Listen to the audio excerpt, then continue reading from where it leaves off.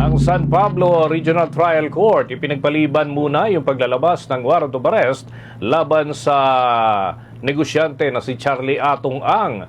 Bakit kaya? Ating alamin yan sa ulat ni Bombo Grant Hilario. Ipinagpaliban muna ng San Pablo Laguna Regional Trial Court ang pag-i-issue ng warrant of arrest laban sa negosyante si Charlie Atong Ang. Ito mismo ang kinumpirma ni Justice Spokesperson Attorney Polo Martinez sa kanyang inihayag patungkol sa nakabibing pang isinampang kaso sa korte. Anihaya na defer at hindi mo na maglalabas ng arrest warrant ang nasa korte alinsunod sa inihayang mosyon ng kabilang kampo. Naghain kasi ng motion to suspend proceedings ang pugating si Atong Ang ayon sa natong tagapagsalita kung kaya't wala pa itong inilalabas na warrant. Ito'y kakaiba kumpara sa ibang mga korte na siyang nauna na nga nag-issue ng arrest warrant laban kay Ang sa kaparehong mga kasong isinampa ng prosekusyon laban sa kanya. Ang mga korteng ito ay ang Regional Trial Courts ng Santa Cruz, Laguna at Lipa City sa Batangas. Nagniyan ating pakinggan si Attorney Polo Martinez, ang spokesperson ng Department of Justice. Isa po doon ay Santa Cruz, Laguna, RTC, the RTC of Lipa City, Batangas, and then one in San Pablo, Laguna. Sa Santa Cruz, Laguna po na case, trial has already commenced. The warrant of arrest was issued, as everyone knows, last January 14, 2026. For the case in Lipa City, Batangas, the warrant for that case has been issued or was issued January 16 of this year. Similarly, trial has commenced in that case. As for the pending case in San Pablo, Laguna, we informed the public that the issuance of the warrant of arrest was deferred by the court following a motion to defer or suspend proceedings by the accused. Ibinahagi naman ni Prosecutor General Richard Anthony Fodulyon ng National Prosecution Service na bukod sa pagpapaliban ng pag-i-issue ng arrest warrant, naglabas ang naturang korte ng kautusan.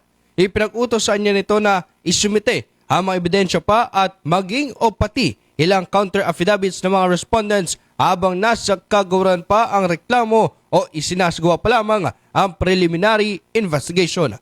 Narito naman ating pakinggan si Prosecutor General Richard Anthony Fodulyon ng National Prosecution Service.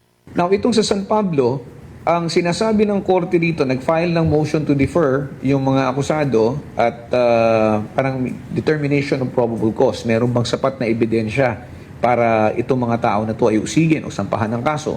Kaya ang naging order o direktiba ng court is isubmite ng department, no, hindi lamang yung ebidensya na nagpapatunay na sila ay dapat sampahan ng kaso, hinihingi rin ng husgado rito pati yung mga kontrasalaysay na isinumite dito sa amin nung time na nagkukonduct pa ng preliminary investigation. Dahil rito'y ipinaliwanag pa ng opisyal ang proseso ng korte lalo na partikular sa usapin pag-i-issue ng arrest warrant laban sa isang akusado. Ayon kay Prosecutor General Richard Anthony Fodulyon, kasunod ng formal maisampa sa korte ang kaso, may ilang araw ito para suriin ay ipinasang impormasyon. Sa loob ng 10 araw, tutukuyin ng korte kung may sapat bang dahilan at basahan upang ito'y maglabas ng arrest warrant. Muli, si Prosecutor General Richard Anthony Fodulyon. Okay, kapag ang kaso, final mo na yung information, no? Like, so, the panel of prosecutors came up with its resolution. Kasabay nun, kung halimbawang ang recommendation is for indictment or pagsasampa ng kaso, isasampa yung information dun sa husgado. Kapag dumating yun sa husgado, ang husgado ay merong 10 araw upang ito'y pag-aralan, tingnan, suriin, at alamin kung merong basihan para mag-issue ng warrant of arrest. Kaya kung nakikita ninyo kahit pa yung ibang information sa Santa Cruz, sa Lipa ay na-file nung December pa, siguro because of the intervening holidays and then the time that is given to the court to evaluate whether or not there is basis to issue warrants of arrest, lumabas lamang siya noong Enero. Ang pugantay si Charlie Atong Ang sa kabila ng mga arrest warrant inisyu ng korte ay kasalukuyan pa rin pinaghanap ng mga otoridad. Naharap siya sa kasong kidnapping with homicide at kidnapping with serious illegal detention kaugnay sa pagkawala ng mga sabongero.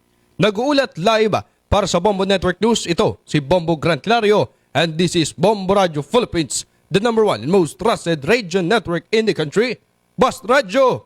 Bombo! For the most trusted source of news and information, visit our website at www.bomboradio.com. Follow us on Bombo Radio mobile app, Facebook, YouTube, TikTok, and X, formerly Twitter.